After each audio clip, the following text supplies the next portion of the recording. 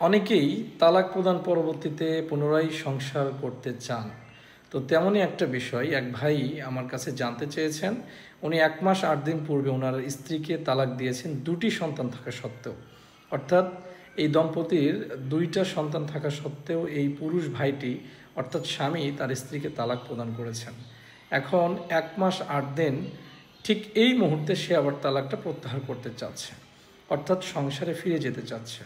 স্ত্রীর অনুরোধে এবং সন্তানদের ভবিষ্যৎ বিবেচনায় উনি এই সিদ্ধান্ত গ্রহণ করেছেন। এখন তার বক্তব্য হলো, আমি সংসারে ফিরে যেতে পারবো কি না, আর এটা যদি পারি তাহলে পদ্ধতিটা কি।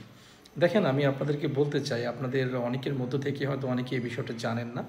একটা বিষয় হচ্ছে আমাদের মুসলিম পারিবারিক আইন, যেটা এই আইন অনুযায়ী আপনি যখন অর্থাৎ স্ত্রীকে যখন তালাক দেওয়া হবে বা স্বামীকে যখন তালাক দেওয়া হবে, এখানে কিন্তু 90 দিন সময় থাকে। এই যে ভাইটা আমাকে প্রশ্ন করেছেন, উনি তালাক প্রদানের 1 মাস 8 দিন হয়েছে, অর্থাৎ 38 ডেইজ। সো সেই জায়গা থেকে 90 ডেইজ কিন্তু হয়নি। তো 90 দিন একটা সময়সীমা থাকে।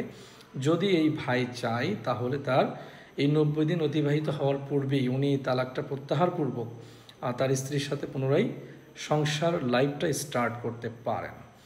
এখন এখানে অনেকেরই দ্বিধাদ্বন্দ্ব রয়েছে যে আসলে এটা আদৌ সম্ভব কিনা। আমাদের যে রাষ্ট্রীয় আইন বা প্রচলিত যে আইনটা, এই প্রচলিত আইনে কিন্তু এটা অবশ্যই সম্ভব। সো যদি এরকম কেউ তালাক প্রদান করেন এবং প্রদান পরবর্তীতে 90 দিন অতিবাহিত হওয়ার পূর্বে যদি সংসারে ফেরত আসতে চান, তাহলে অবশ্যই তালাক প্রত্যাহার করে সংসারে ফিরে আসতে পারবেন।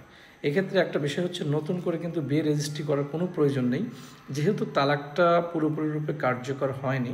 সো সেই জায়গা থেকে নতুন করে বিয়ে হওয়ার কোনো প্রয়োজন নেই।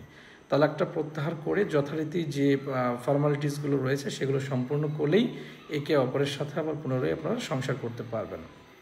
দেখেন, তালাক বিষয়টা কিন্তু খুবই সেন্সিটিভ একটা বিষয়, যেহেতু আমাদের এই বাংলাদেশে প্রতিনিয়ত তালাকের সংখ্যাটা প্রচুর পরিমাণে বেড়ে যাচ্ছে। এটার পিছনে কিন্তু যথেষ্ট পরিমাণে কারণ রয়েছে। আমি সবসময় একটা বিষয় যে জিনিসটা আমার কাছে খারাপ লাগে, যে বাচ্চা থাকা অবস্থায় ডিভোর্স হয়ে গেলে, যদিও সবসময় এই জিনিসটাও মাথায় রাখতে হবে যে ডিভোর্সটা আসলে এমন একটা পর্যায়ে গিয়ে হয় যেটা আসলে সহনশীল পর্যায়ে থাকে না।